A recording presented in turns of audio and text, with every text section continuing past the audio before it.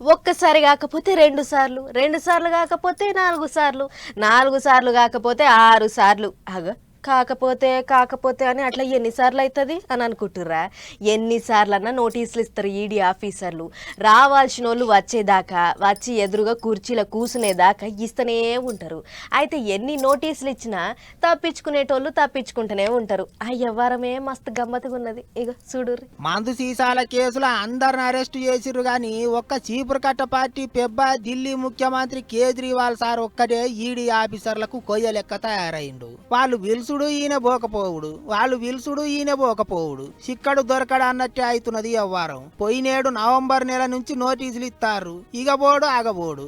అట్లా గురువారం నాడు కూడా పోవాల్సిండే, కానీ ఢిల్లీ సీఎం 9వ సారి కూడా పోలేదు. గంతేకాదు ఢిల్లీ హైకోర్టుకు పోయిండు. కవితక్కను అరెస్టు చేసినట్టు ఆదాట్న పోయి బండెక్కియగల అనుకున్నాడో ఎట్టనో గాని గట్ట చేయకుండా చూడర్రి, ఈడీ ఆఫీసర్లు ఇంటికొచ్చి బలవంతం చేయకుండా చూడర్రి అని కోర్టు సార్లను కోరిండాట. గంతేకాదు అడిగినాయన్ని చెప్తా గాని జర వాళ్ళని ఆగబట్టుర్రి అని కోర్టు సార్లను బతిలాడుకున్నాడట. కానీ హైకోర్టు సార్లు మాత్రం ఇంకెన్ని సార్లు ఆగబట్టాలే, ఇక మేమేం చెయ్యలేము అన్నట్టు చెప్పిర్రాట. కోర్టు సార్లు షాకిచ్చుడుతోని ఈడీ ఆఫీసర్లు ఇక కేజ్రీవాల్ సార్ను కూడా అరెస్ట్ చేస్తారేమో అనుకుంటారట చాలా మంది. ఇక మరి ఏమైతుందో ఏమో గాని ఇంకో దిక్కు మందు సీసాల కేసుల కవితక్క లోపటికి పోయి 5 దినాలు అవుతున్నది. అన్న రామన్న దినం పొద్దుమీకి ఈడీ ఆఫీసులకు పోయి చెల్లెకు ధైర్యం చెప్పి వస్తాడు. 6-7 గంటలు ప్రశ్నల మీద ప్రశ్నలు అడుగుతుండేటాలకు అక్క నెరివడ్డట్టే అవుతున్నదట.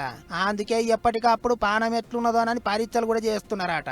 తల్లిని పిల్లలను చూడాలని కోరింది కాబట్టి కోర్టు సార్లు పర్మిషన్లు కూడా ఇచ్చిర్రు.